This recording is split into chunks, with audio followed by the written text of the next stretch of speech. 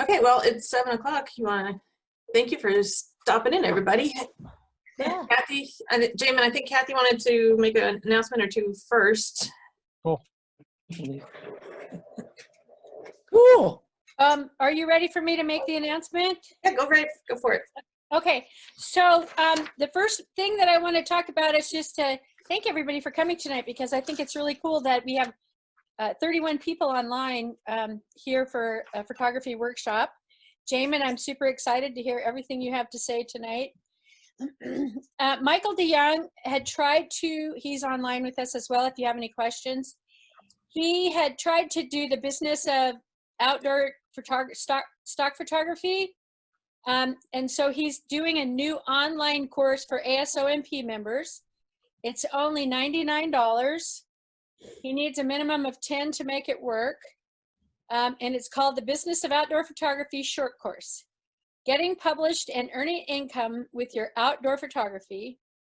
Jumpstart your summer shooting season with new information on how to make your imagery more marketable and reaching markets. There'll be 8 sessions total via Zoom that are 60 to 90 minutes each. The times are Monday and Thursday evenings at 5 p.m. And the dates are April 27th, April 30th, May 4th, May 7th, May 11th, May 14th, May 18th, May 21st. Lori's going to put the link into the chat room for any of you. If you go down to the bottom of your screen and hit chat, you should be able to find that link. There's 5 lessons: keynote presentations and discussions, introduction 10 steps to successful outdoor photography, creating marketable outdoor imagery, file management, making submissions and working with editorial markets, establishing a business presence, what makes good websites and marketing materials, like licensing stock photography, doing it yourself versus with an agency, and is it a viable option, image critiquing, images produced during the workshop, assignment critiques, submission assignment, writing assignment. So you can go to www.michaeldeyoung.com to get more information. And Lori, have you put that link on? Yes, I did. Okay. It's right there. It says from us to everyone. It says, it should have been HTTP, activephototours.com/ASONP. Michael, for those of you who haven't taken a workshop with him, is incredibly good. And he is very conscious of, I mean, he really takes a lot of time to put a workshop together. He's done a lot of workshops over the years. He used to be the president of this organization. And do you want to add anything to that, Michael? Only that, yeah, this was something I've taught for over 10 years, 7 years at Rocky Mountain School of Photography, 2 at Arizona Highways Photoscapes. It's a great way to learn the business or to sharpen your business skills. It's normally a 5 to 7 day course, normally $1,500 to $1,600 tuition when you take it through one of those institutions. So this is the first time I'm trying something online, and I'm giving ASONP special, and hopefully it works. I think there'll be a lot of good information for those who are interested in it. For those who are not, I first of all, let me digress a little bit here. I know a lot of people are going to attend my webinar Thursday afternoon, and I'm thankful, and I'm going to continue to do free webinars as long as we're all sitting here in front of our computers till we can get out and go play. So this is kind of a fast-breaking deal here. I realize that there's not much lead time, but I also wanted to make sure that I completed this workshop before Memorial Day, before we get all antsy to get outside and go play. And it's a good chance to take some newly found information and apply it to your summer shooting season. So spread the word, even if you're not interested. Spread the word to those who are not here tonight. I'm sure, Margaret, we can put it on the Friday newsletter, and we'll see what happens.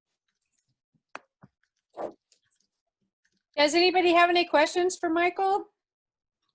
All sounds good. Okay, Ray, do you want to talk about your workshop you have coming up?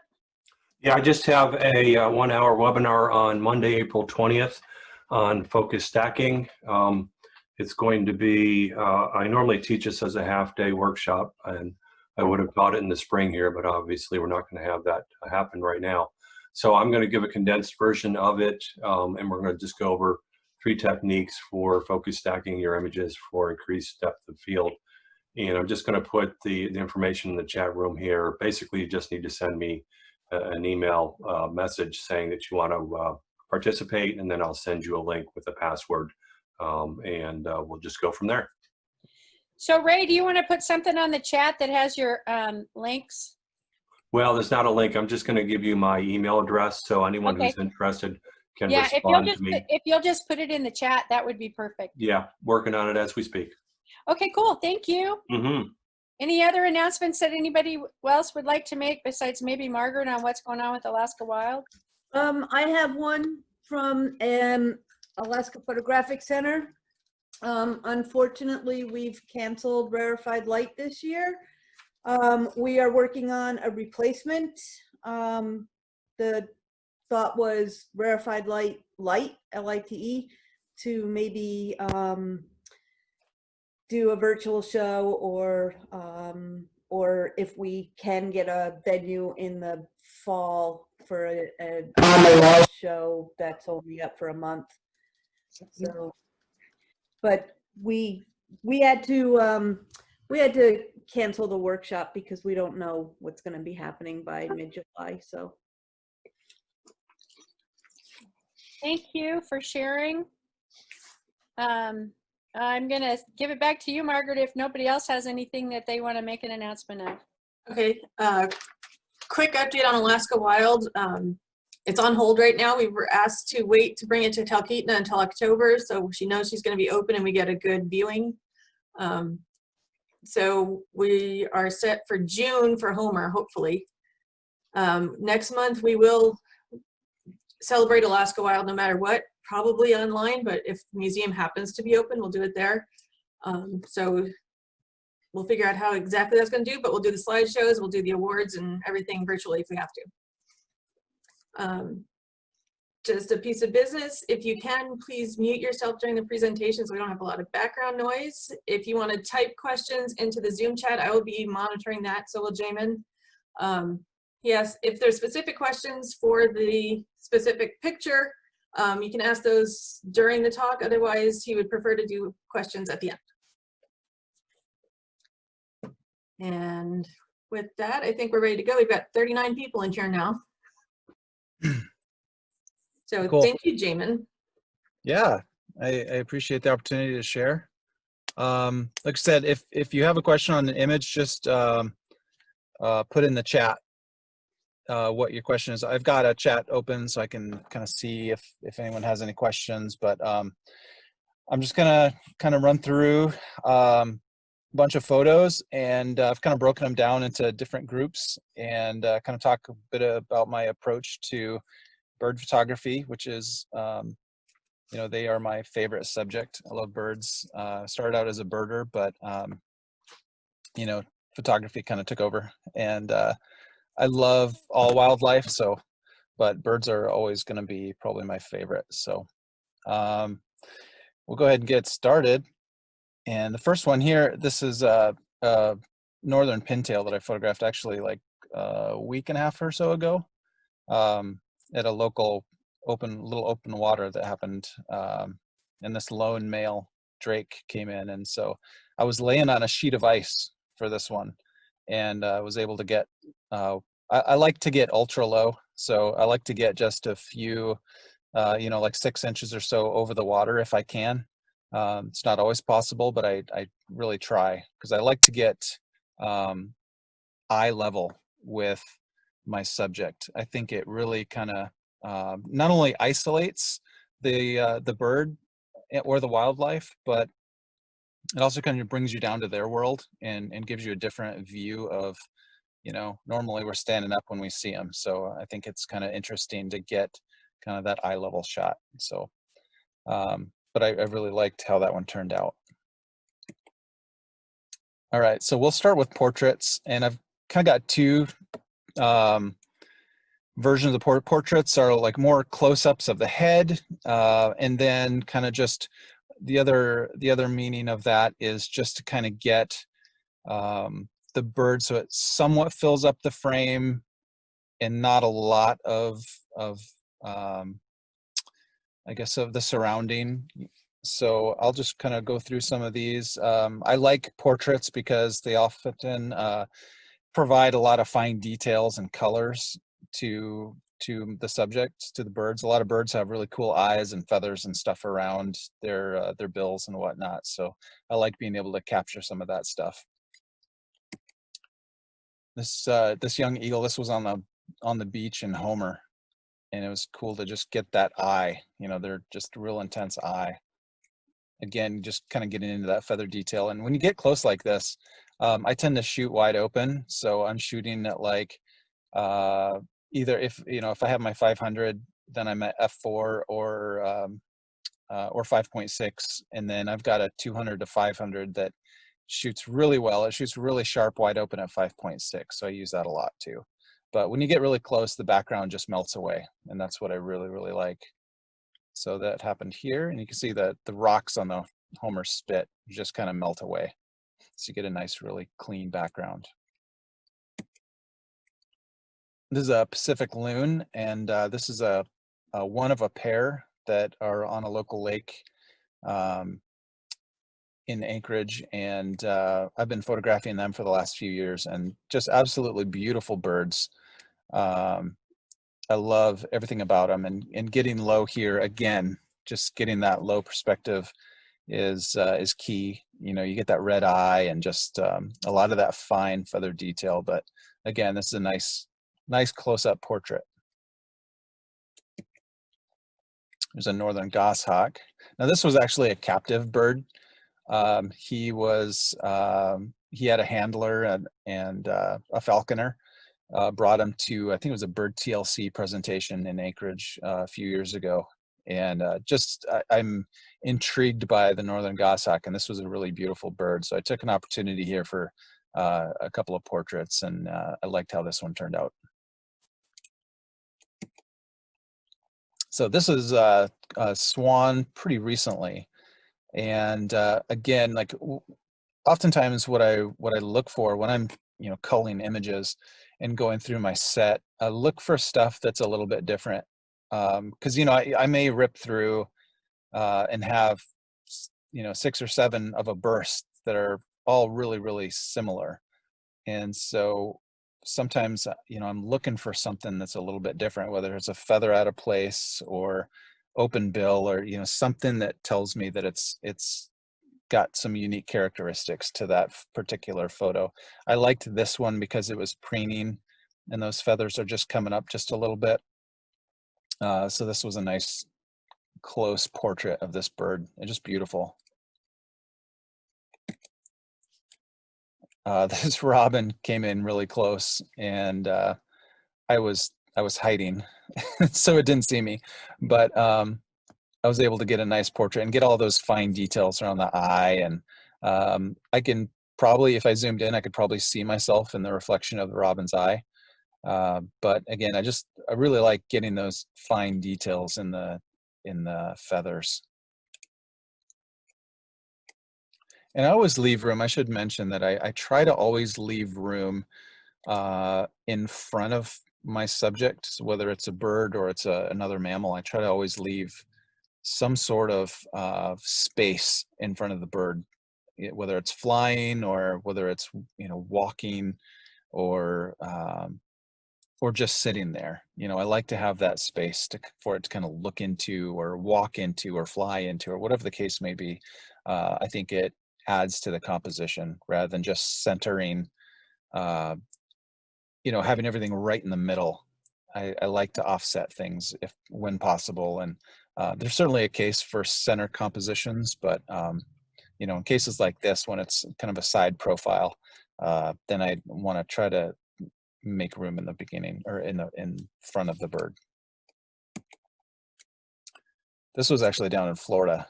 I was walking some Wakatahatchee wetlands. I think I pronounced that right. And these red-winged blackbirds would just come right up and perch on the railing, and people would just walk by and they just sit there. So I took the opportunity to get kind of a nice close-up of this bird, and as it was singing, so that was pretty cool.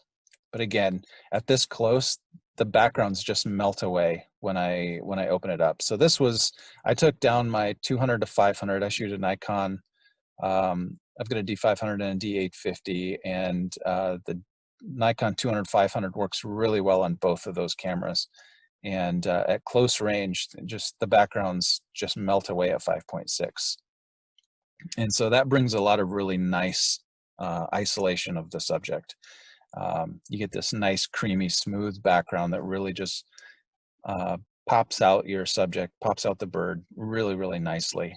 One thing I also do is in post-processing is I'll go in and lighten and dodge around some of the eye just to bring out a little bit more reflection and life in the eye. What I can't stand is just having that, a black hole for an eye. I always try to bring out the reflection or some of the color in the eye or something that tells me there's some life there. So I think the eye is really important in getting some of that life, and the catch light and some of that reflection, that sort of thing is important. So I like to try to bring those out, not too much, but enough to where you can see. So common loon here, of course, bringing out some of those really beautiful colors that they have in that plumage.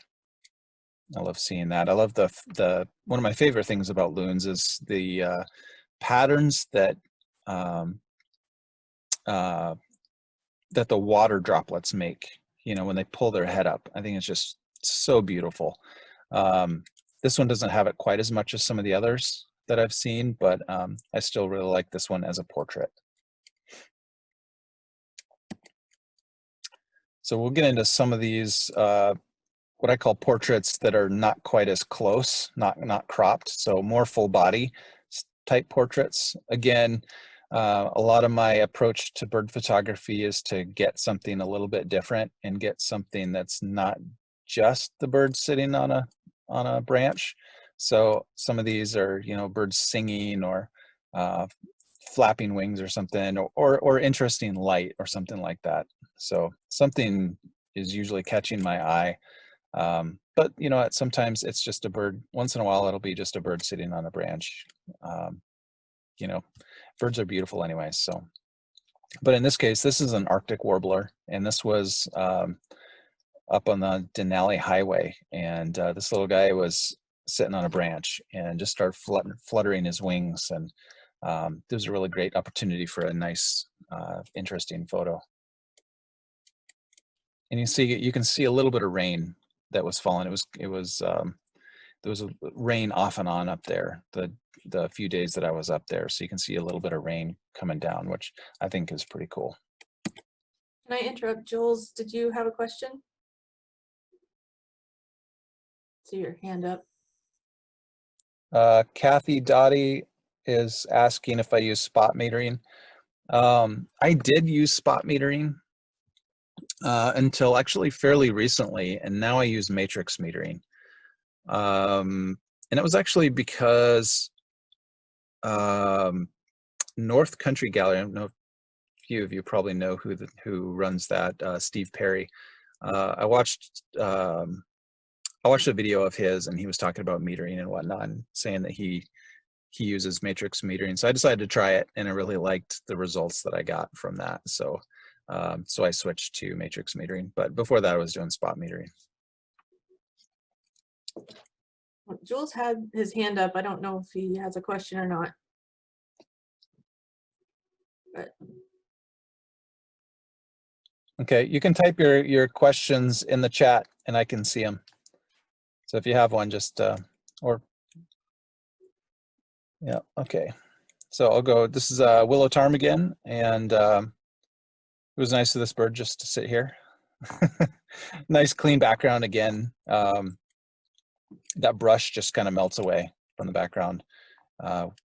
when you get close enough. So I think I was probably, I don't know, 15 feet away from this bird, but he was pretty tolerant. I don't want to get too close, but. So this was an interesting shot for me. These little white-winged crossbills are just really beautiful birds, and this is a young male, so he's got a lot of really bright, vibrant colors. And he came down and landed on this spruce bough here, and the snow from it just went everywhere. And I happened to have been kind of following him down with my camera and had him already focused. So when he landed here and all the snow went flying, I clicked the shutter, and this is the one frame that I liked the most, where the snow is just kind of going everywhere, and it provides a lot of really, I don't know, just interest for me because of all the snow and because of just the neat kind of pose, and you can get a really clear view of his eye.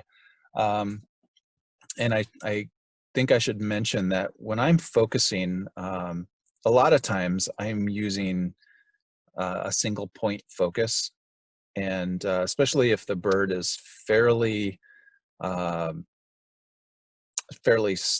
on a branch or on the ground or something like that, because what I really want to do is focus on the eye. The eye is always going to be the most important thing for me. If I don't have a sharp eye, I delete the photo because it's just not something I'm interested in. So getting really sharp, getting focused on that eye is just critical for me. So anyway, so yeah, I like this photo. I like how it turned out. Kind of the background was a little bit dark. And so in post-processing, I'll go in and darken up some of that even more just to bring out the bird. But, it's just kind of dodging burning type stuff. So I'll burn down some of the background just to bring out the bird a little bit more.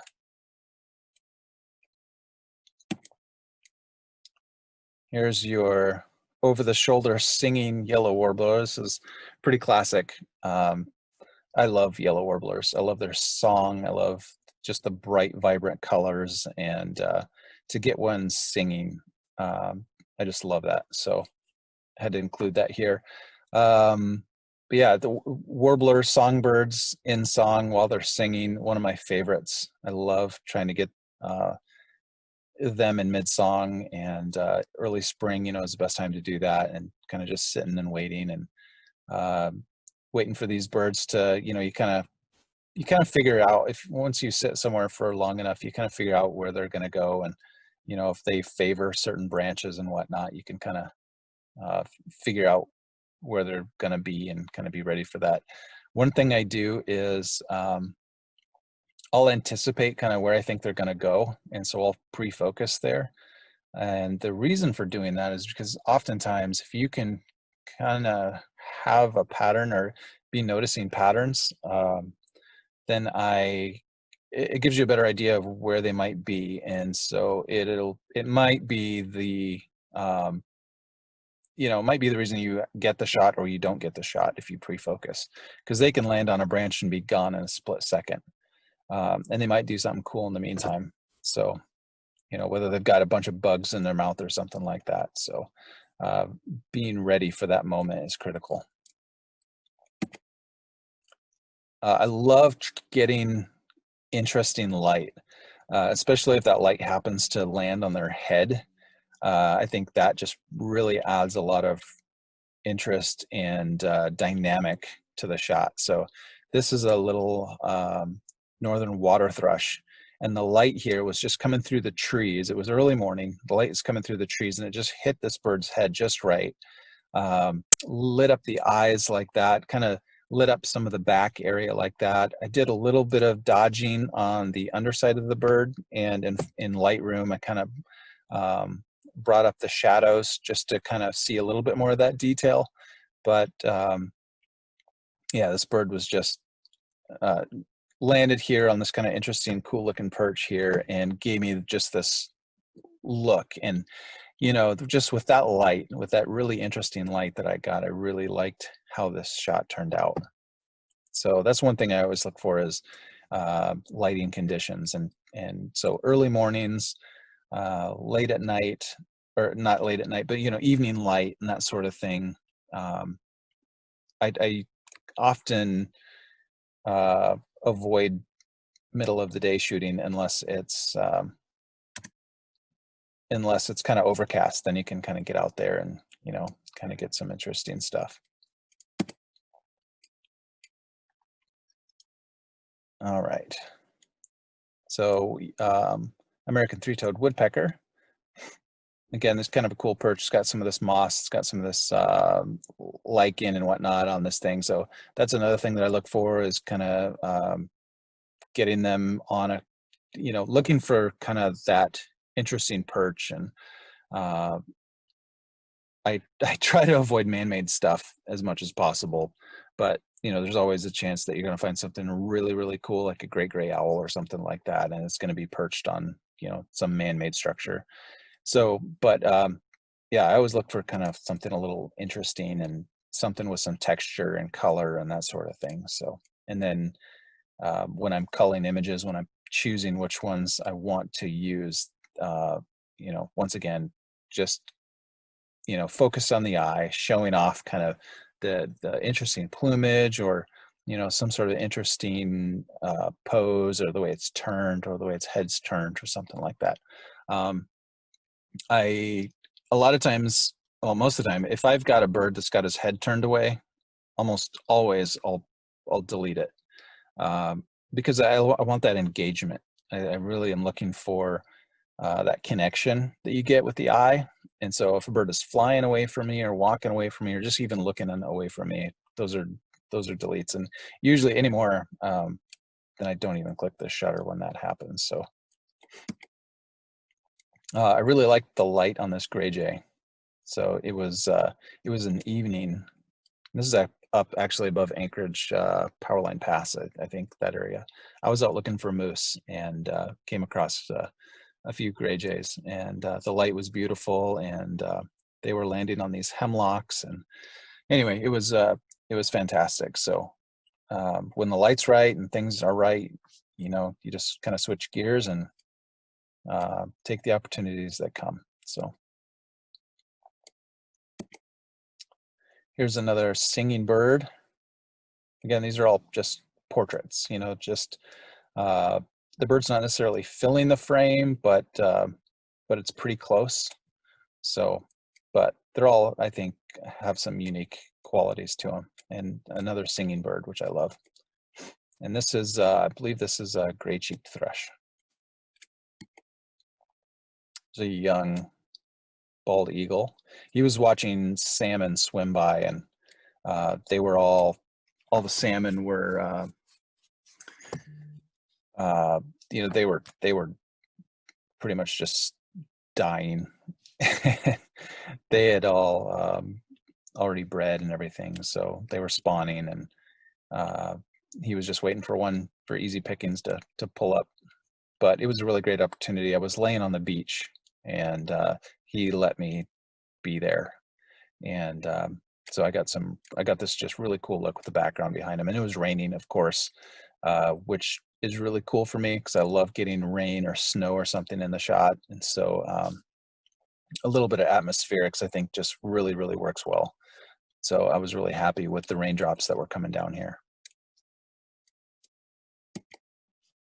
Another rain shot, this black oyster catcher. This guy was just drenched, and but I think I may have him beat. I think I was more drenched than he was. This was a tough shot to get. I was crawling on the rocks, and they were wet. I was wet. They were slippery, and just so crawling on my belly over these rocks, trying to get a little bit closer to this bird without spooking it or, you know, making it nervous or anything was really, really challenging. And finally, when I got there, I was happy with how this one turned out, although I had to do a little bit of work in post because just to dehaze this image, because my lens front element ended up getting a lot of raindrops on it. So this was shooting through a raindrop covered front element. So that was tough, but I had my, yeah, it was definitely worth it. It was worth getting completely drenched for this one. I really love how it turned out, and looking back, I'd do it again. But I have some different things that I use to keep my camera dry. This day was just, I mean, it was absolutely pouring down. So I actually took a couple of well, I had some big sheets of this thin foam that I had gotten, and I used electrical tape to tape it around my lens hood. And I was using my 200-500 at the time, so it doesn't have quite as big of a lens hood as my 500 millimeter does. And I tried to just, MacGyver a lens hood, and it didn't work that great. So I did a lot of drying off to do when I got back to the car, but it was worth it. It turned out cool, and all my gear survived. So, all right, we'll move on here.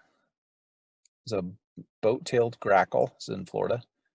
Cool bird. They have such cool feathers, and when the light hits them just right, you get some purples and blues in there. And this bird was just super cool. I love the perch that it was on, and it looked back at me, kind of gave me that side profile view, and that was what I was looking for. That was what I was hoping for. So again, you can see that I've put space in front of the bird, and sometimes I don't necessarily have the option to compose and frame, because with birds, they're so fast. They can be on a perch, and as soon as you get focused, you might get 1 or 2 clicks off and they're gone.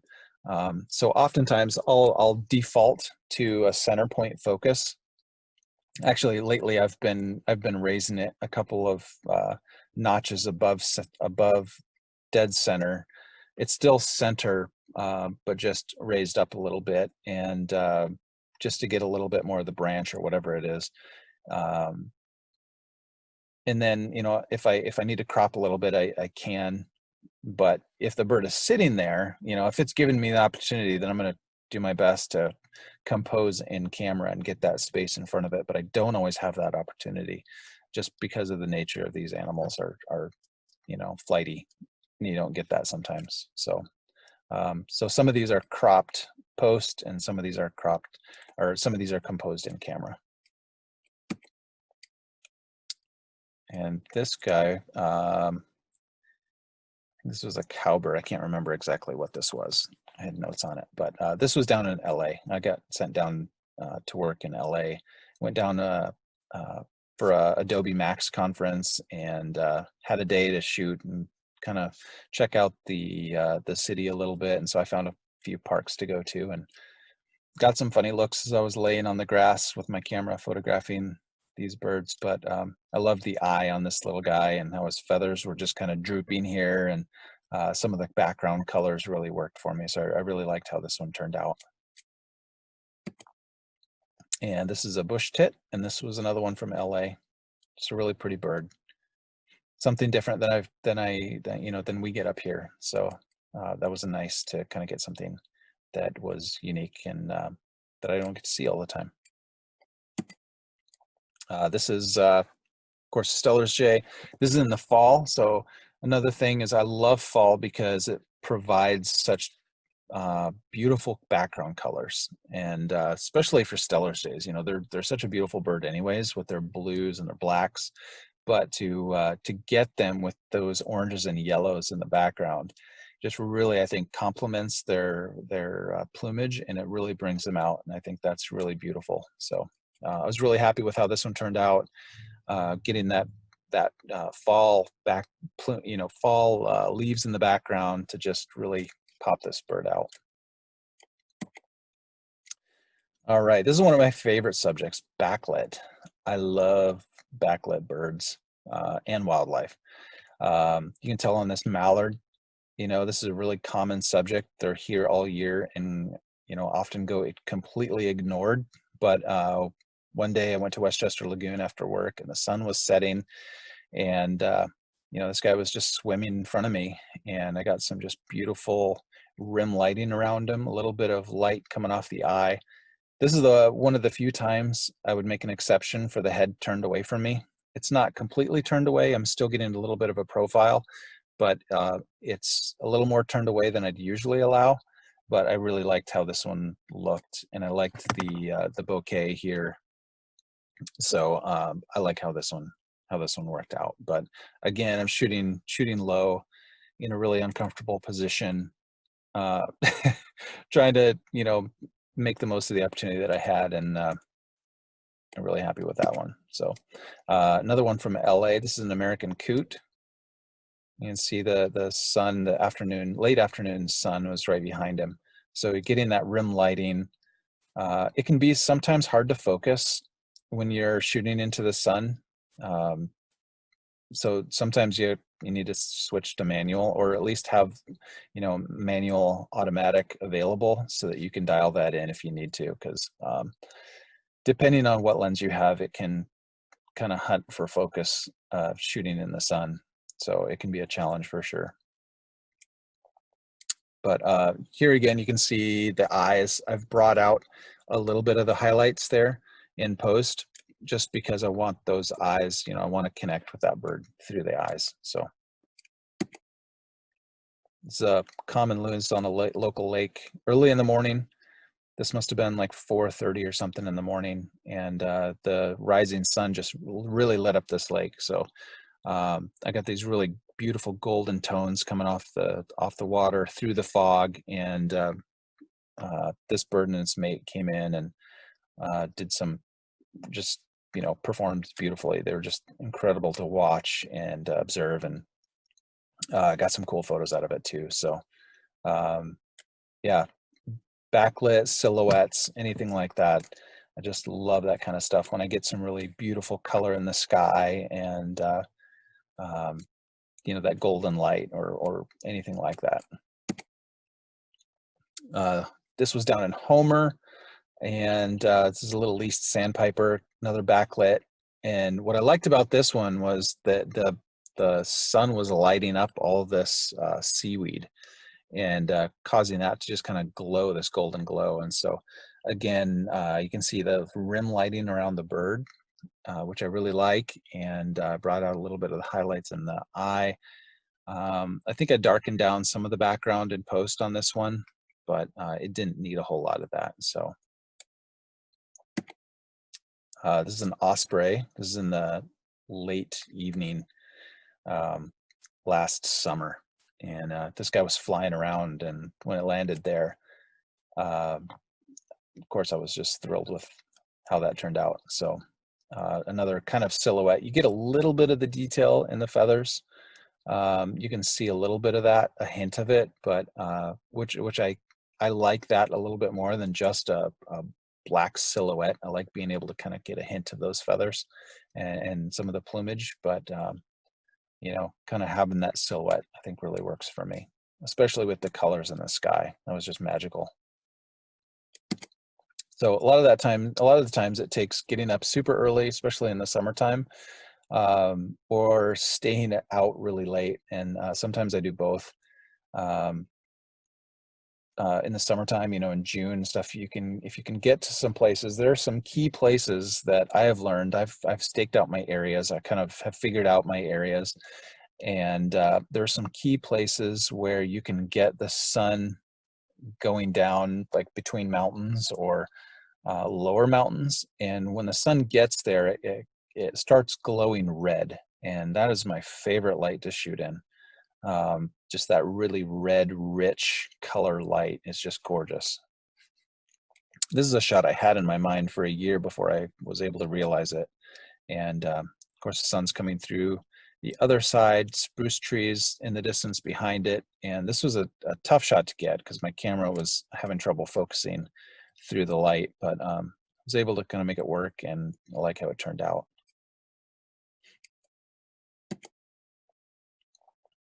So this little song sparrow was singing.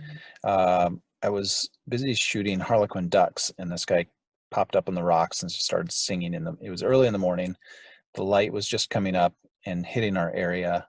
And while I was shooting harlequin ducks, I turned around and just saw him singing. His breath was visible. You know, that's one thing about backlit is you can kind of see the breath of the birds when it comes out, and I think that's super cool too. So I was able to capture a little bit of the breath of this bird while he sang, and got the rim lighting, and that just totally worked for me. So I really liked how that one turned out. Again, though, it can be kind of tough to focus when you're shooting towards the sun. So takes practice. It took a lot of practice for me. Some Arctic terns doing their their mating ritual thing. This was pretty cool. I got to witness this, and turned out better than I hoped. So the male would fly in and offer the female some a little fish, and she would take it. And I watched this happen over and over again, where he would fly back to her with a fish. So I just kind of had to wait for the moment. And I have a bunch of frames where one wingtip or something would be out of the frame, and so this is the one that really worked for me, where everything was just right, and I really like how it worked together. So not really too concerned that I didn't get any eye reflection or anything in this shot, because I think it works without it. So there are cases when I don't get the eye reflection or either any kind of detail in the eye, but in this case, I was totally okay with that, because I think the story works without it. Little American Widgeon female. Again, that nice backlight, getting some really cool color. You can see on the left side of this photo how it's kind of blue, and that was really cool. When I noticed that when I was going through my photos, and so I brought out a little bit of that in post, because I really like how that looked, and kind of created some warm, cool contrast in the photo. But I really like the rim lighting around the bird. I really like how the warm tones kind of come through in front of it. In composing this, it was neat to see all the bouquet here behind her. So as the sun, one cool thing about shooting into the sun is that, especially low on the water, is that you get all of these bouquet bubbles from the ripples in the water. So that's a benefit to that. It kind of creates a cool look, I think. This is on my back deck, a little chickadee, and I couldn't resist. It was a late afternoon, and he flew down, and so I took a photo. Again, really, really nice rim lighting, and some interesting colors in the background from the lit up foliage, and the sun's just coming through him. So more bird breath. I think that's always something I try to go for, is if I can get bird breath, I'm totally stoked. I'm happy about that. So had these trumpeter swans swimming in the evening. And how are you metering for these backlit shots? Most of these were metered with spot metering. This was before I switched to matrix metering, and my white balance is auto. And so what I do is, in post-processing, I generally have to warm them up, because my camera's not reading the data, or it's not, the camera's never gonna give me what I see the scene to be, I guess. And I've been a artist for as long as I can remember, and so I kind of brought that into my photography, and I think my photography really started changing when I saw it as an art form. I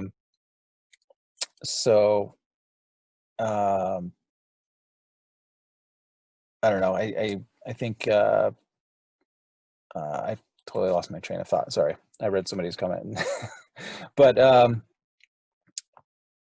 yeah, I change my white balance and stuff in post, usually, just to kind of warm it up, just to how I remember it, how I remember seeing it, with the experience that I had is what I want to bring out. So auto white balance just kind of gives me the bare data, and then in raw, I kind of bring that out a little bit more in post. So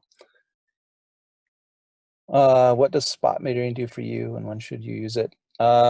I guess that depends. It depends on the situation. Matrix metering is, I think it's nice to have kind of that overall metering of light. But, there are times when maybe it's not ideal for the situation. We'll just keep on rolling here. Nice little green-winged teal flapping early morning, shooting into the light. Kind of tough, but I really like how this one turned out.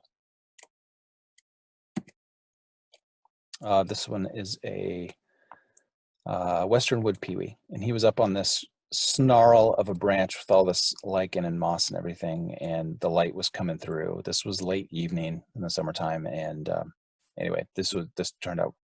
I really like how this one turned out. I've got another when I get to small in the frame, because I really love birds smaller in the frame, and this would fit into that category just because there's so much open space, and I really like having that open space where all your attention goes right to the bird. And so this is kind of cross category, this is like backlit and small in the frame, but I really like how this one turned out. It's kind of those golden tones coming through as the sun came through the trees. We've got a Bohemian waxwing. I think this is Jackie's specialty. They're a fun bird though. They're so cool. Now, I photographed this one a couple years ago, and I actually got the reflection here is from the snow that was on the ground. So it was not far above the snow. And so I was happy to have a little bit of that, snow reflecting in the eye. Shutter speed, I couldn't tell you the shutter speeds right off the bat on each one of these. It varies, depending on my subject and the light and all that kind of stuff. So, but, if you got a bird in flight, generally you're shooting pretty fast shutter speed to stop the action. And I really like trying to, I didn't get so much on this one, but I really like trying to get a little bit of wing blur. I don't want to completely stop everything. I like to have a little bit of wing blur when the birds are flying, just for that sense of motion and sense of movement. So this one, I think I stopped pretty well. There's maybe a little bit of wing blur, but this blue wing teal, excuse me, was down in Homer. And I was actually surprised that I got this shot because I was having trouble. It was pretty late in the day and I was having trouble focusing because of the lack of light, but this one kind of grabbed focus right where I needed it to and worked out really well. Another little least sandpiper. You can see how the backlit really popped out these, the sun just really popped out these little seaweed modules. Thank you, Marion. I appreciate that. So one thing I was looking for here was I really liked low light. So my shutter was pretty slow here. That's why that back leg is blurry. Well, there's two reasons the back leg is blurry. One, I'm shooting wide open. This is a 5.6 and it's pretty close. So the depth of field is really shallow. But then also the shutter was not super fast. So you get a little bit of motion blur in that leg. And then also it's just not quite into the focus field. But I didn't mind that. It wasn't a big deal to me because his eye was in focus. But I liked that little foot sticking up. I thought that was a nice little, when I'm, was calling images and looking through them, I found that one and it really jumped out at me. I liked how that little leg kind of gave a little bit of character to the bird. Another loon. I don't know if there's too much special about this image other than it's a loon and the light was pretty. So, but again, it kind of gives you an idea of kind of similar to the Osprey, how you kind of get a hint of some of the details in the bird. And I like how those kind of play into the scene. So you get just kind of a hint of the details. Another backlit one, and this gray jay just completely photobombed this other one.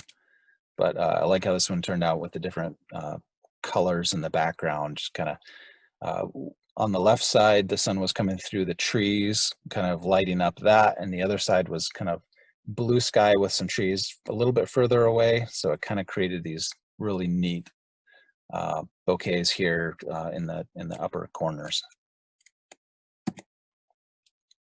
All right. Lesser yellowlegs. They were. Me and a buddy of mine. We were watching these birds pull these worms out of the mud, and as the sun set, so we're just getting these really beautiful sparkles coming off the mud, and created some really cool, opportunities for these birds to just see them and get some cool photos of them doing their thing. So this is I think it's a snowy egret. This was down in Mexico. So the bouquet you see in the background, that's actually the waves crashing into the rocks and then spraying up.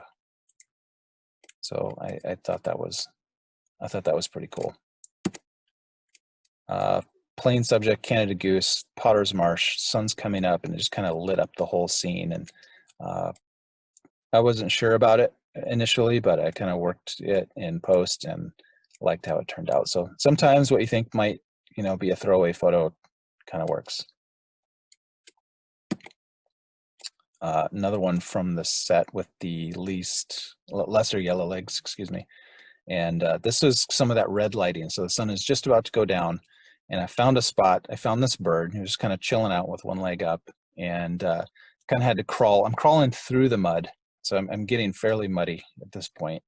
And I had to maneuver myself so that the reflection of the sun was right behind the bird. So it was tough to get there, but the silhouette that I got and the kind of light details, I think, really worked for it. And I love the color in the background.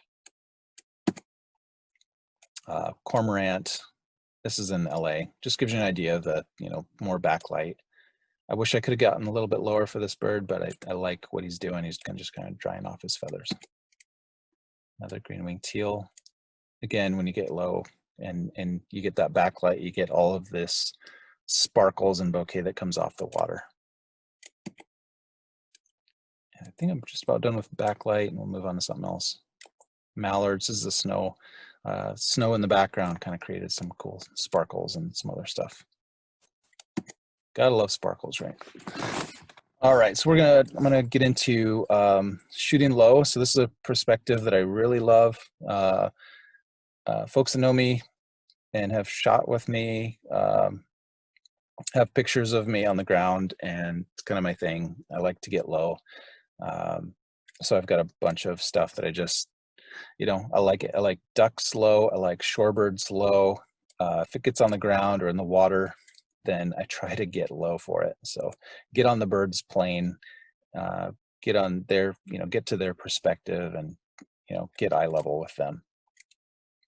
So, yeah, this was a northern shoveler, just beautiful drake, and had a kind of a muddy bank on the other side of him, and kind of this muddy kind of brown water. And but it was really calm and beautiful. And when you focus on the bird with a shallow depth of field, everything else just kind of melts away. So I really liked how that one turned out.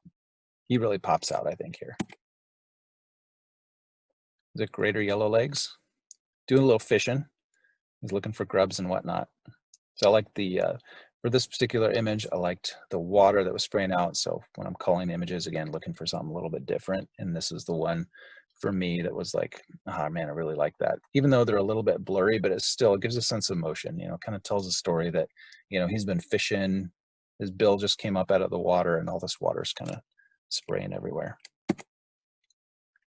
Nice kind of a portrait type photo of this Barrow's golden eye, but I love the color that was coming off his head.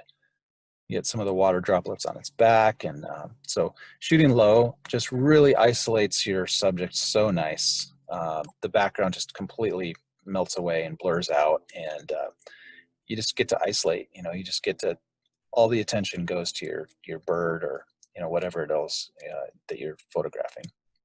Not always easy though. It's one of the harder positions to shoot in. All right, this is another least sandpiper. I didn't realize I had so many least sandpipers in here, but this was, this little guy was crawling around in this marshy area, and I was pretty soaked for this one too. So that's the price you pay.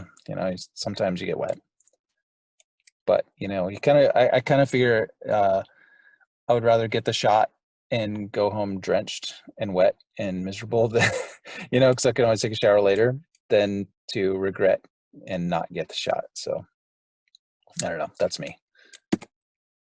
It's a blue-winged teal. Again, kind of, just getting low.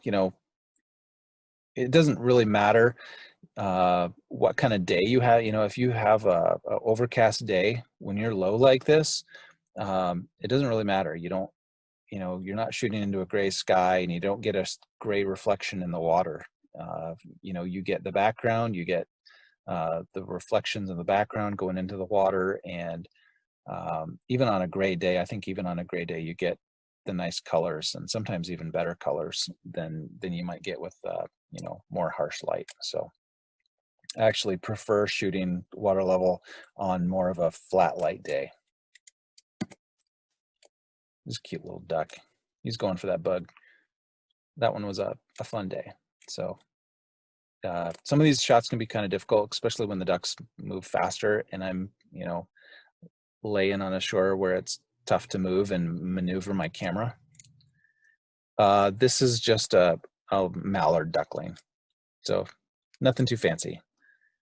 Common mallard. This is a willet in Mexico.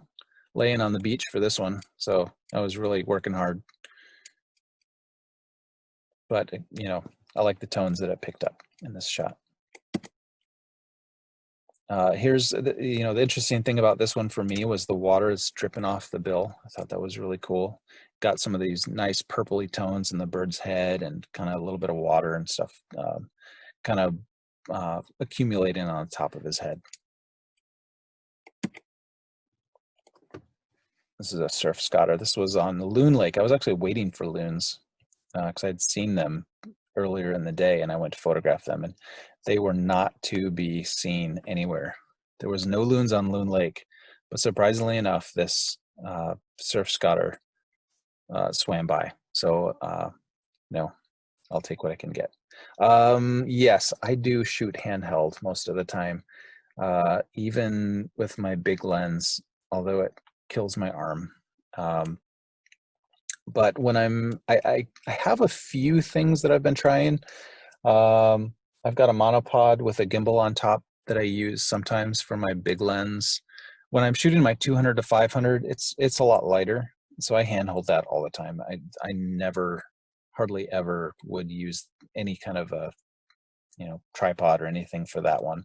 But my 500 is much heavier, and so using a gimbal with that, either a ground pod or a monopod or something like that, or I built a floating platform that I used last week and had some pretty good success with that. So there's experiments happening with some of that stuff.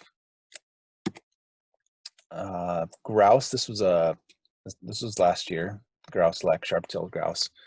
And just laying there, just laying in one spot for hours can be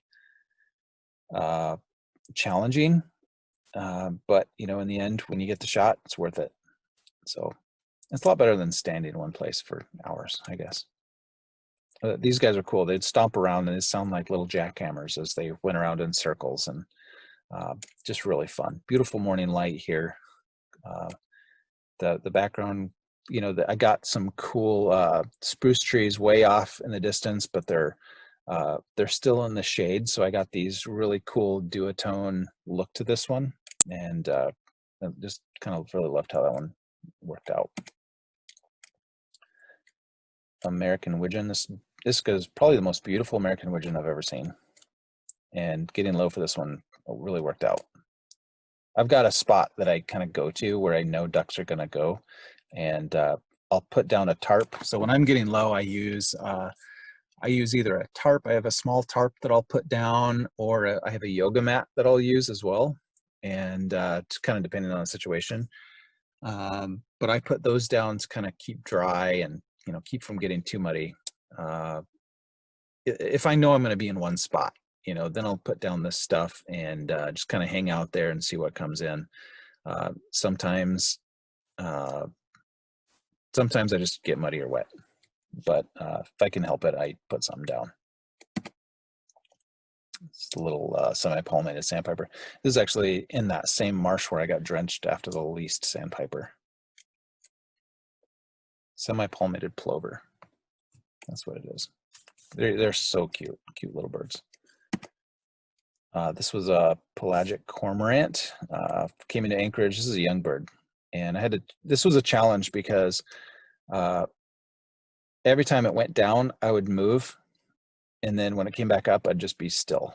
So maneuvering into position took a long time, and then when I finally got somewhere where I could get low, it was so uncomfortable. I'm really surprised I got the shot because I was contorted in the worst ways, and probably needed chiropractor after that day, just from the weird angle I was lying at. But I like how this one turned out, so all is good. I think I already showed that one. Turkey vultures. The guy was eating a dead fish on the beach, and yeah, just crazy looking birds. So laying on the beach for this one, and I think my camera was like maybe 4 to 6 inches off the sand, but you know, getting that eye level, so you really kind of connect with that bird. This is a long-tailed duck. Another difficult shot, just to get in position. There was the space that I had to lay down was tricky. So Anita asked, do I shoot handheld most of the time? Yes, most of the time. I think I've talked about that. I handhold all of the time with my 200 to 500 lens, and 50-50 with my 500, just because that thing is a tank. And what kind of ISOs are you dealing with in a lot of these shots? Depends on the light. So if I've got good light, then I drop my ISO down, 400, 500. I don't like to go over 1,000 if I can help it. So I try to keep it below that. So anywhere in the range from like, I don't know, 300 up to 1,000 is what I generally try to keep my ISO to, and then adjust. And I shoot full manual, so it just kind of depends on, and my ISO is manual as well. So it's just kind of depending on the situation. I'll pre-meter and expose if, wherever I am, before I see anything. I'll kind of check out my camera. I'll take a picture of a branch or a leaf or something that's around, just to kind of lock in and kind of dial in my exposure, and then I'm kind of ready for whatever I need, and then I can make adjustments from there. But generally I want to be at least close. This little green-winged teal here, I was hiding in the bushes in the grass. He had no idea I was there and was just doing his thing, and that made me so happy. So got some really great detail in this guy's face. Great color. This is like a moorhen or something like that. Crazy looking bird. Their feet are just weird. But anyway, cool. I was actually on a boardwalk for this one, but the grass came up high, as high as the boardwalk was. So I was laying on the boardwalk getting this shot from on the grass. There's my pintail again. This is a common goldeneye. This guy was just giving attitude. I think he was chasing off a rival or something here, and I was laying down. I'd been laying down for a couple of hours in this one spot trying to get him.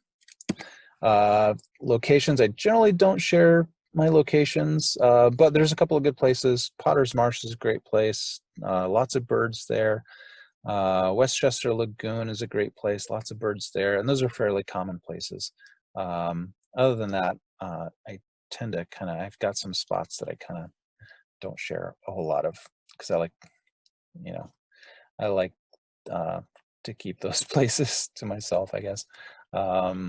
This was down in Mexico, least grebe, and the feeding behavior here, I loved this. I loved this interaction, and I really liked the patterns in the water that I got here too.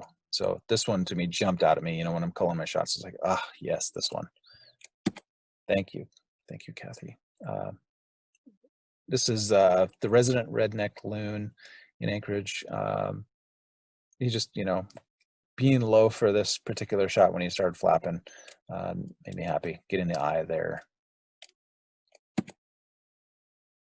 I got a chance to take a trip to Barrow last October and saw plenty of snowy owls. So I was happy. That's kind of what I went for, that and Arctic foxes, but we didn't see as many Arctic foxes. So crawling through the snow is not easy, but ended up getting the shot. So I was happy with that one. Yeah, just book a trip, Kathy. Book a trip to Barrow in October. Uktiagvik, I think, is closer to how you actually pronounce the name of it, but it was fun. Good reference for identifying birds. There's a couple of things you could use on your iPhone or mobile, smartphone or whatever. You can download. It's called Merlin App, and it'll take you through a couple of prompts to give you a general idea of what you could be looking at. So it'll ask you questions like, what size is the bird? And it'll give you a couple of silhouettes of things you can pick. Oh, it's the size of a robin or something. It'll give you a robin silhouette. And what color was the bird? And what kind of habitat was it? Was it flying? Was it on a branch? Anyway, it'll narrow it down for you. And so that's a good starter one to kind of get your, kind of start you in on IDing birds. But then I use Sibley Guide for Birds predominantly. I also have an app called iBird that's really good too. So just takes time learning this stuff and learning their calls and all that kind of stuff. Takes time. It takes patience and, just allowing yourself to kind of learn and soak it in. This was a white ibis. This was in Florida. So laying down on the grass here on the side of a lake, watching for gators. There were no gators. Tundra swan up in Denali Road, not Denali National Park. But here, the dribble of water coming down from its bill, that's the one that just, sparked, I saw it and I was just like, that's my image right there. Trumpeter swan doing a flap. And this is almost kind of low key, but you still get some of the foliage in the background. Okay, I think we're close here. We got a couple more to get through and then birds in bloom. So I love birds and flowers together. One of my favorite things. I don't have nearly enough. I have one hummingbird shot ever. I need more hummingbirds, but I'll take you through a couple of bird shots with flowers in them, and then we'll move on from there. But this little orange crown warbler, there's just some nice flowers in the background, and so he came out and perched here. Obviously, this is something I would, not hesitate to click the shutter on. The bird's not doing anything particularly interesting, but with the flowers back there, it just kind of makes it for me. This is a little yellow rumped warbler, and he's in an apple blossom tree, or a crab apple tree, I believe.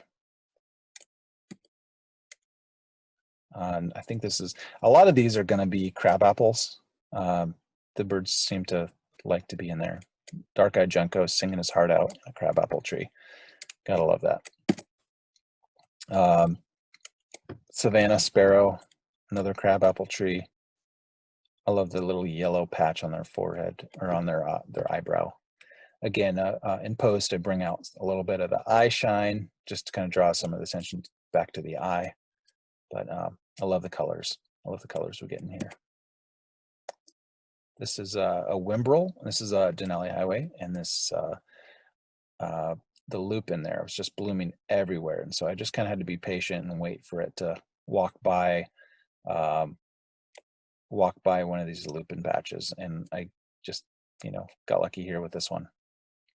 My favorite f-stops, f4, 5.6 actually works really well.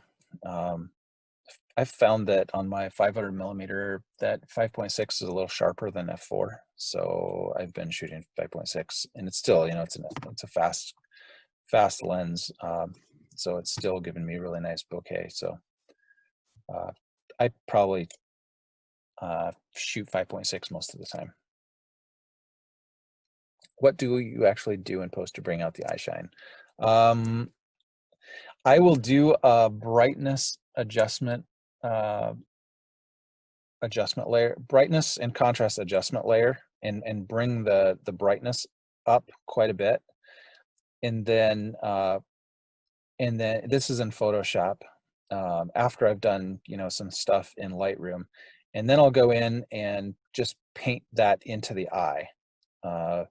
I'll invert that selection or that layer, and then, you know, if you don't know Photoshop, then I'm talking gibberish, but I go in and paint on the eye so that it brightens up the eye.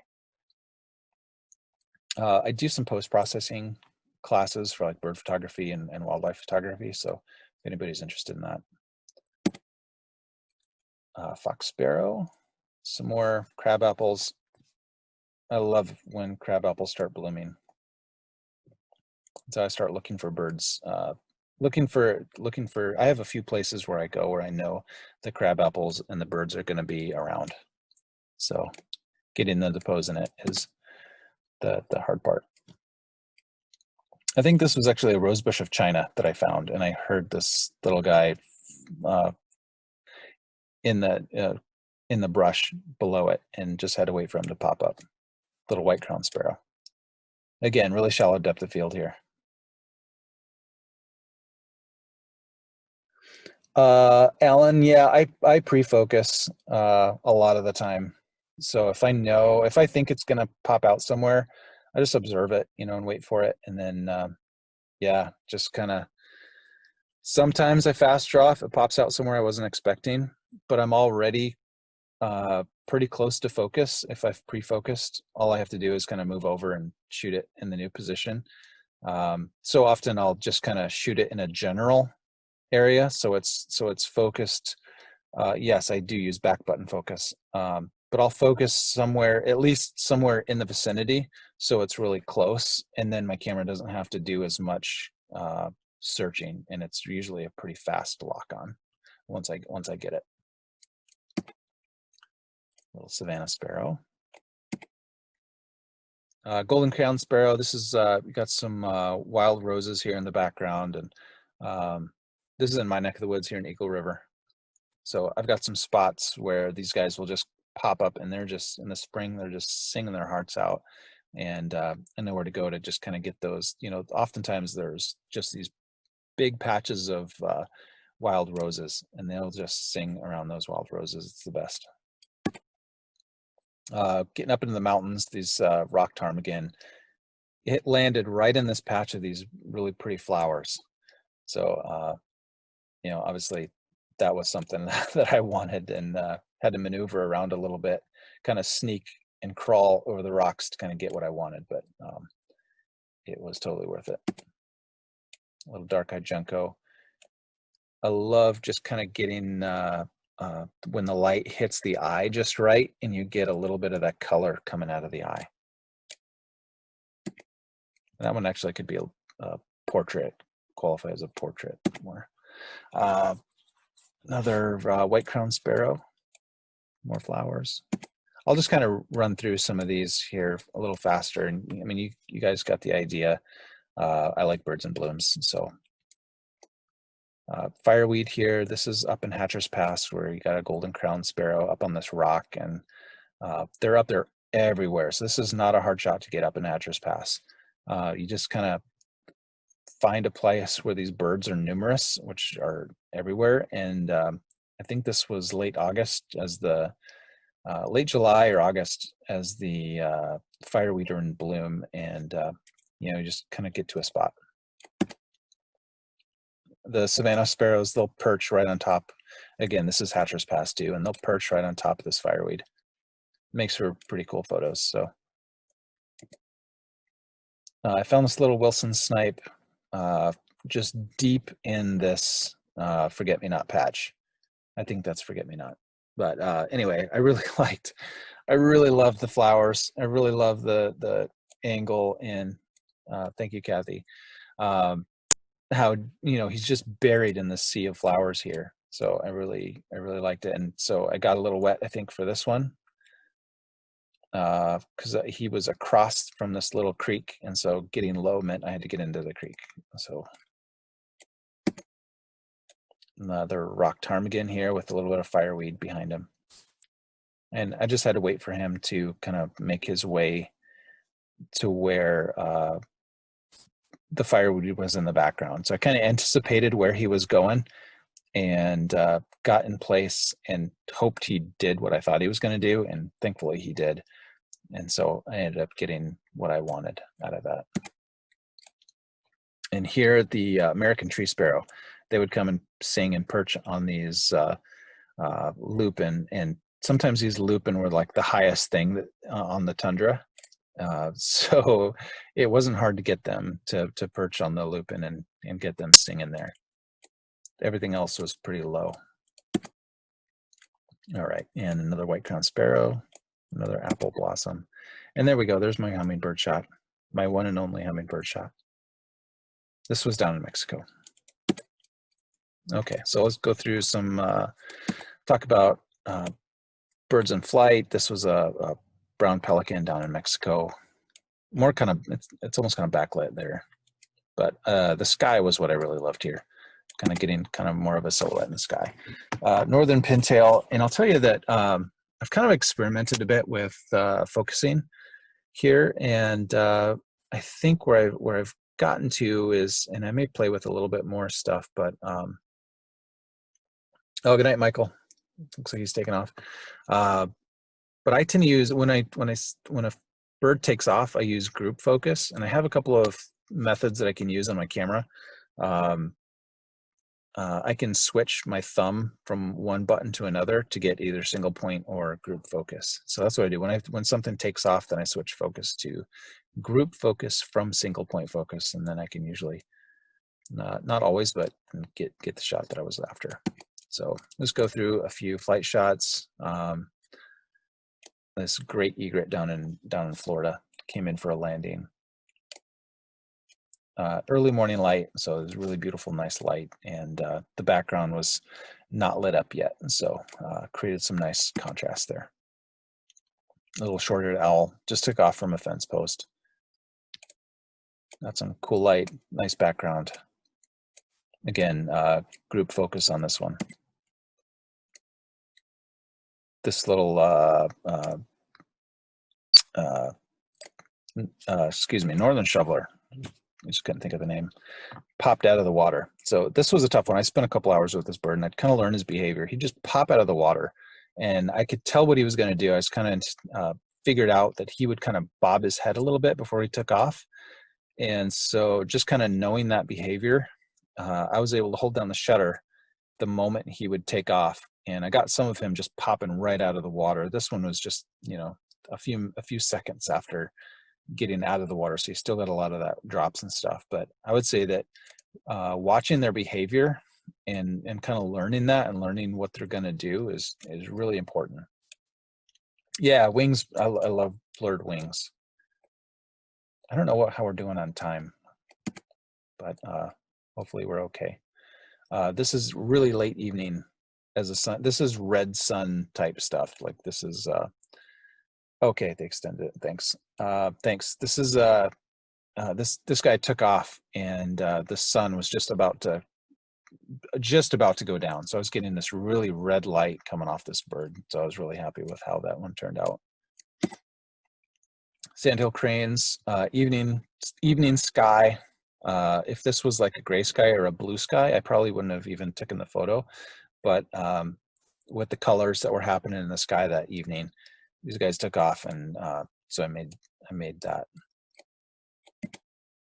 And they'll kind of do their rattle calls and when they're going to take off, so you can kind of figure out when they're going to go. Same with trumpeter swans. Trumpeter swans will kind of bob their head a bunch, then you know they're going to take off.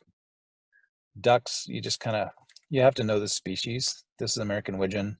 It popped out of the water, and once again, you just got to kind of spend time with these birds, kind of figure out what they're doing and when they're going to take off. Some of them will give certain tells with their head. They'll do little bobs with their head, and they're about to take off.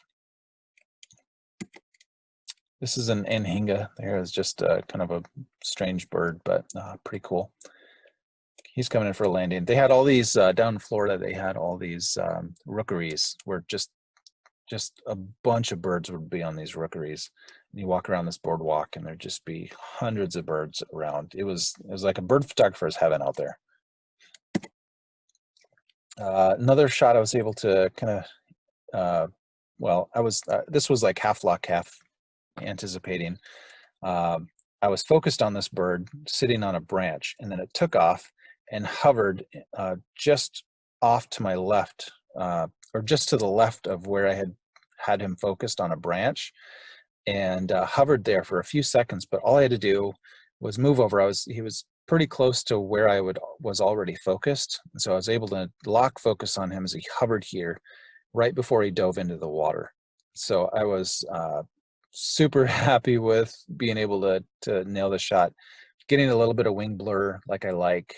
I can't remember what my shutter speed was on this one, but I know it was a pretty bright day. I had to bring some of the lights, the highlights down in Lightroom, but I was super thrilled with stopping this bird as he's just kind of hovering over the water hunting. So anticipate.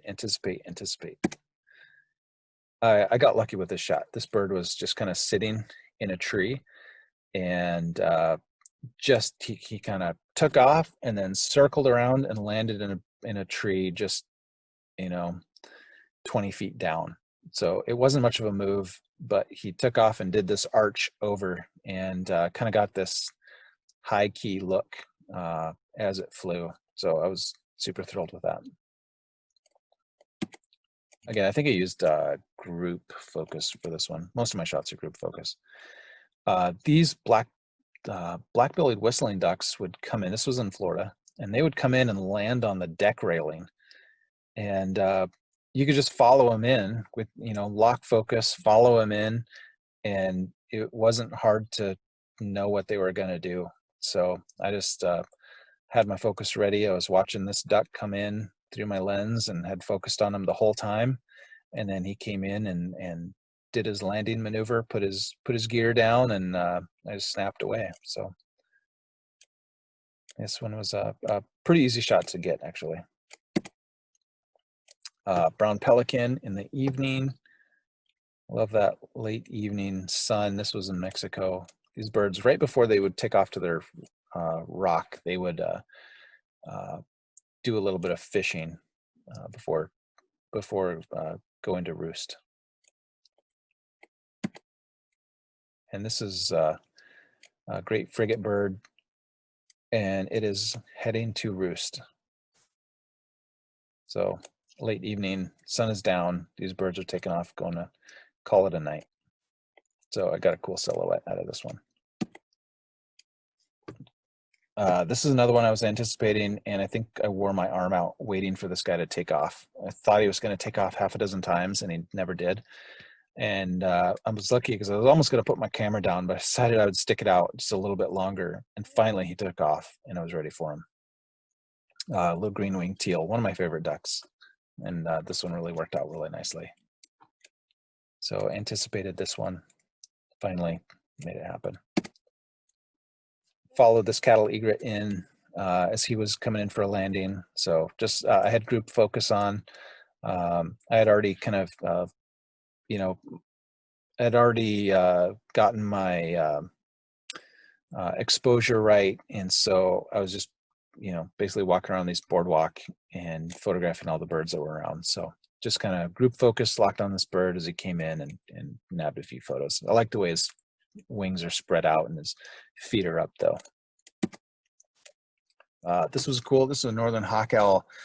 This one was pretty cool because I was watching this bird fly from treetop to treetop, and then it flew down and pounced in the snow. And I kind of walked a little bit closer. I was still pretty far away from it, but I was trying to see what it had caught. And so I was already focused on it because I didn't have binoculars. I'm looking through my camera lens, trying to see if I could figure out what it had caught. And then all of a sudden it turned around and just flew straight at me. So having already focused on him, this was just a lucky shot. You know, I was already focused on the bird and he flew right at me. So, I mean, you know, you gotta love moments like that. I actually have a few frames where his wings are spread out outside of the frame, and I hate getting the wings cut off. I hate when the wings are out of the frame. There are a few occasions when it works, but in general, I like to have all of the bird in the frame. This is another recent northern pintail shot. So I waited for this bird and he delivered for me. I figured he was gonna come over the highway. This is actually at Spinard Crossing, fairly common spot. And he was on the creek side, and I knew he was gonna at some point fly over, and so I just had to wait for him, and he did. And this was during the height of the short-eared owl bonanza that we had this past winter. I can say past winter because I think winter's over now, hopefully. But this was in the evening after work. I went out and the sky started turning these beautiful colors, and this guy popped over a hill and just started flying towards me and then over my head, and I was able to catch the shot of him here in the beautiful sky. It's a double-crested cormorant, I believe, coming in. This is another Florida shot. Again, like a lot of these, man, if I get a blurry eye, just delete it. It's so critical to get that sharp eye. Low key, so I'm gonna go to high key and low key, and then small in the frame, and then we'll call it good here. I love high key and low key shots. I think they're difficult to get right. They're challenging to find the right situation for it, but when they do, I think when they come together, they can be really cool. This little bufflehead female swam right where I wanted her to swim. I thought she was going to do it, and then when she swam there, there was some spruce trees that made everything really dark, and the morning light coming through the trees lit her up, kind of created this. This is backlit as well, so it's a low-key backlit shot, and just gave it a little bit of rim lighting around the duck. It looks like she's got a feather or something on her bill, but anyway, this. I was so happy when she did what I hoped she was going to do. This was from a couple years ago, so it's not quite the quality that I feel kind of set for myself, but it kind of shows a little bit of low key. There was a spruce tree in the background. This was afternoon sun, and kind of gave a nice rim lighting to this bird, and it kind of lit up the moss too. So little ptarmigan in the snow. Again, what's blurring out the bottom here is snow in the foreground. So I use snow and other foreground elements when I'm low to kind of get rid of, either kind of create this blur or something to kind of create just a dissolving effect. It kind of, softens up everything. It's a little less low-key, but I really like how that one turned out. I think this one actually should be like small in the frame. Another black and white works really well for high key. Got another great gray owl shot in high key that I really like too, but sometimes when you take a shot, you just know it's going to be best in black and white. The rocks behind this bird, there was a cliff behind it, and so everything was in shadow except for this one little patch of light that was coming through. So it kind of created this really cool dynamic contrast here with this bird. A little Pacific wren shooting into a white sky. So I took the opportunity to kind of make it a little more high key. They're a tough little bird to shoot because they're so small and fast. So I think pre-focusing here was key. This is a Harris hawk. This is a captive bird, and it was down in Mexico. And I've never seen one of these birds before, so I wanted a photo. So the light was really nice, and everything behind it was in shadow, so I was able to kind of get a cool portrait. Yeah, this would be a cool jigsaw puzzle. Another great gray owl shot. Similar to the one I shared a little bit earlier, but I liked how this one was spread out, how its wings are spread out a little bit more, and its tail is fanned out. But the high key aspect of this, I really like how it worked. And I think this is kind of unique. Here's a low-key Pacific loon. This is one of the same Pacific loons that I've been photographing for the last few years. And there's always a challenge to go somewhere, especially with birds you've been shooting for a few years, and to go and try to get something unique from them.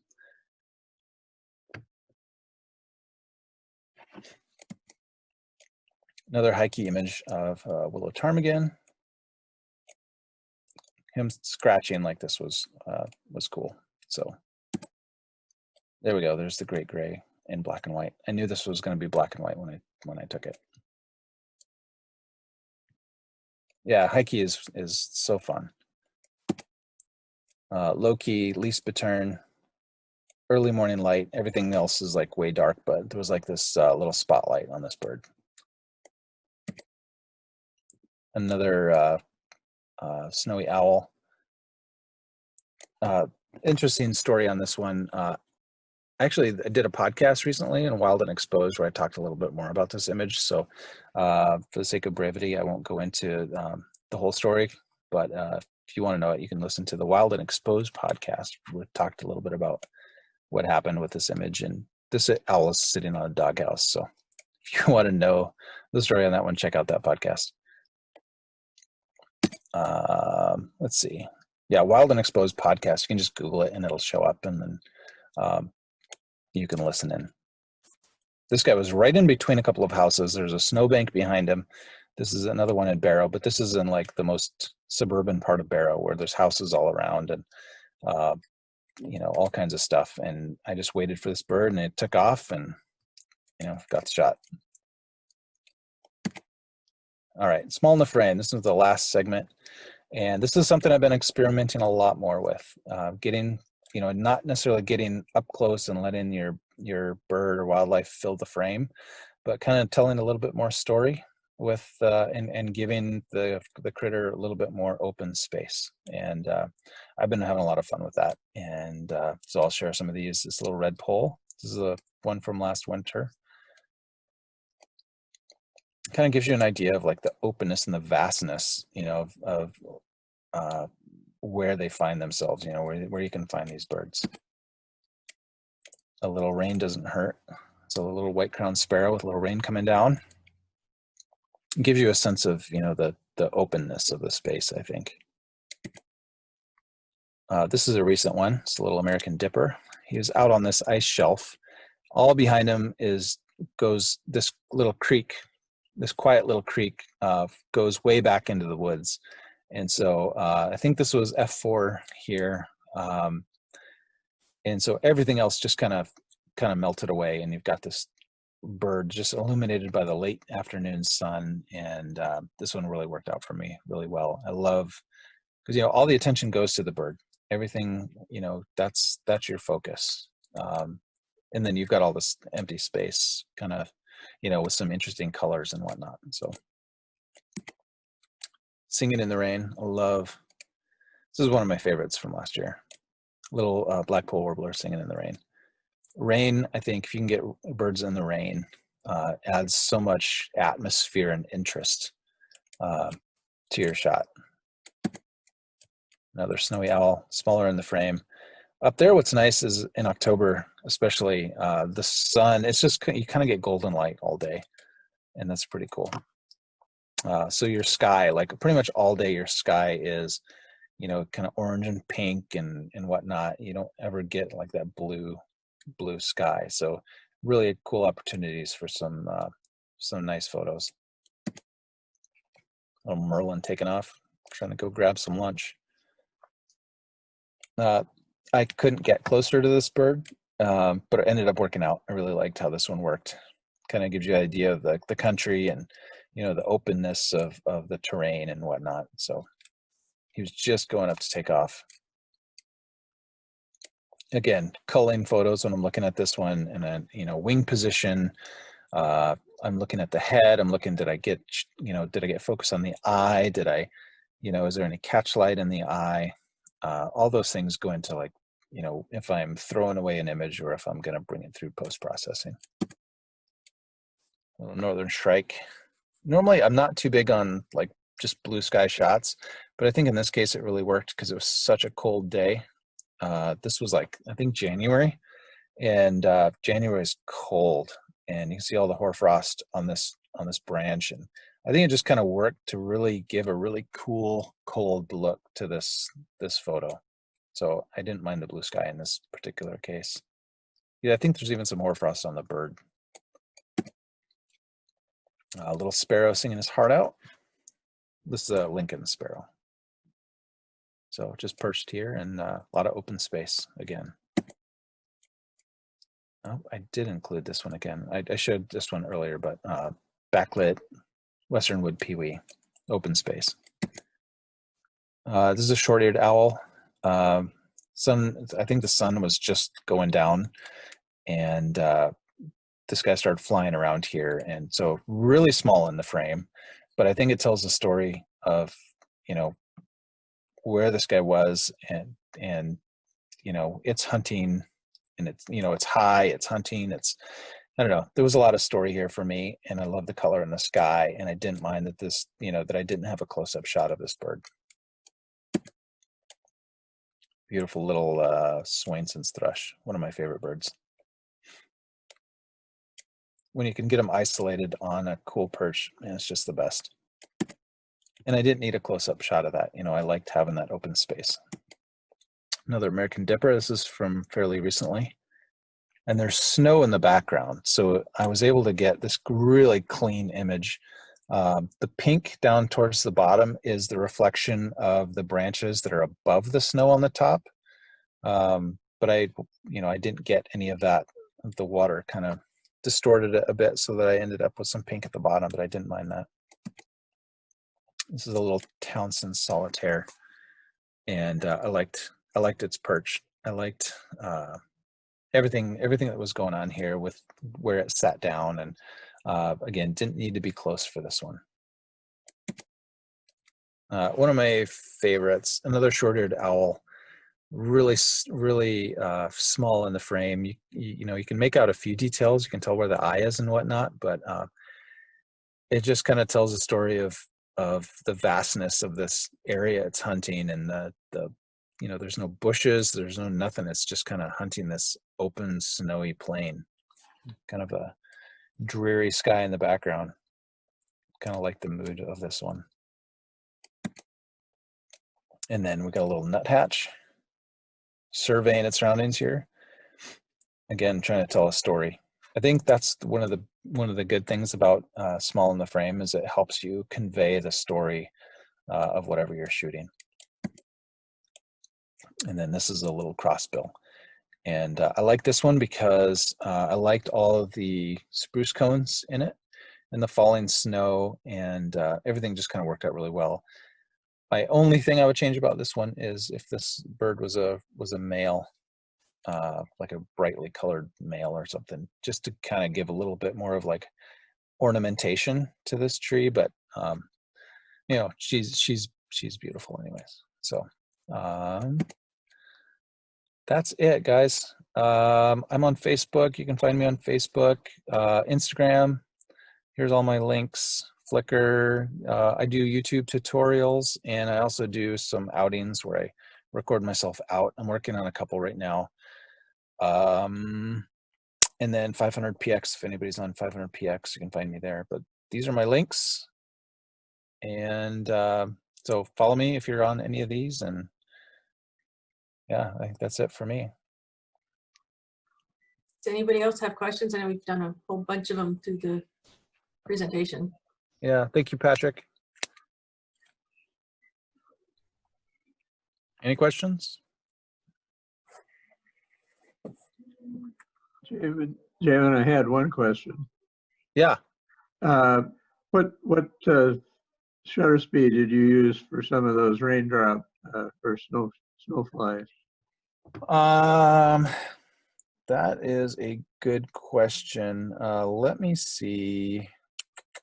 Get nice blur in that, or a nice streak in there. Yeah, I remember the day. It was not a super light day, and that was, some of those are up. Of course, I mean, if you got raindrops, you know, you're gonna have an overcast, low light day, anyways. Yeah. That goes without saying, I think, probably. Let me hold on a second. Let me see if I can find the shutter speed on some of these.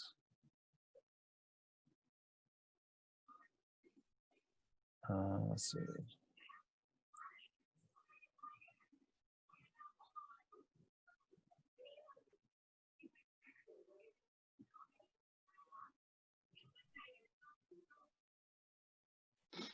Bear with me for just a moment.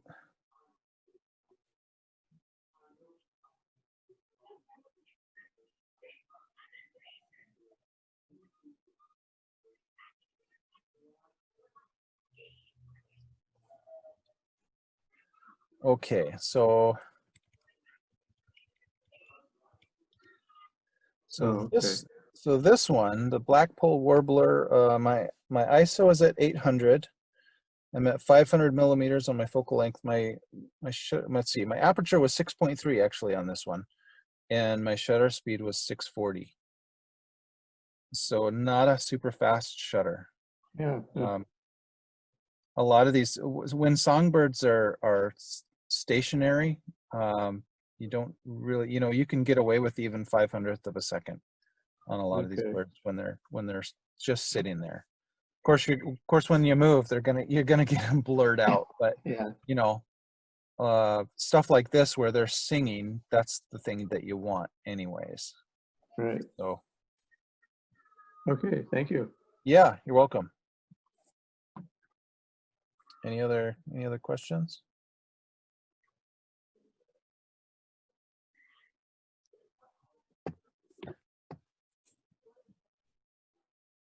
Yeah, Kathy. Yeah, anytime you can talk to me about Barrow. That was a fun trip. I was only up there for like 3 days, but it was a lot of fun. And you know, snowy owls are beautiful. And Well, that was my first time seeing them. I copied down, I just took a screenshot of your last screen there that has all your contact information on it. So Oh, thanks. yeah, it's just really something that's been a dream of mine for a long time. And if Lisa Hosoffel is still online, she totally understands how much that's important to me. But thank you so much for tonight. This was really great. Does anybody else have any more questions? Don't forget to turn your mute off if you do have a question. Yeah, it looks like I went over the 30 minutes that I thought I was going to be going for. Just a little bit. Just a little bit, but it was great, and we want to thank you so much for coming and doing this. And I see a lot of thank yous on the Yeah, chat. thank you so much, everyone. I really appreciate everybody tuning in and allowing me the chance to share my stuff. So share my passion. Yeah, thank you, and I would love to have seen it at the museum on a big screen, but maybe in the future we could do that. Yeah, that'd be fun. Margaret, do you have anything else you want to say? No, I don't, not for tonight. So we will plan to meet next month, either online or in person. Yeah, that sounds good. And for me, I'm signing off. So bye, everybody, and we will see you later. All right, good night. Thank you. Good night, everybody. Thank you. Good night. Thank you.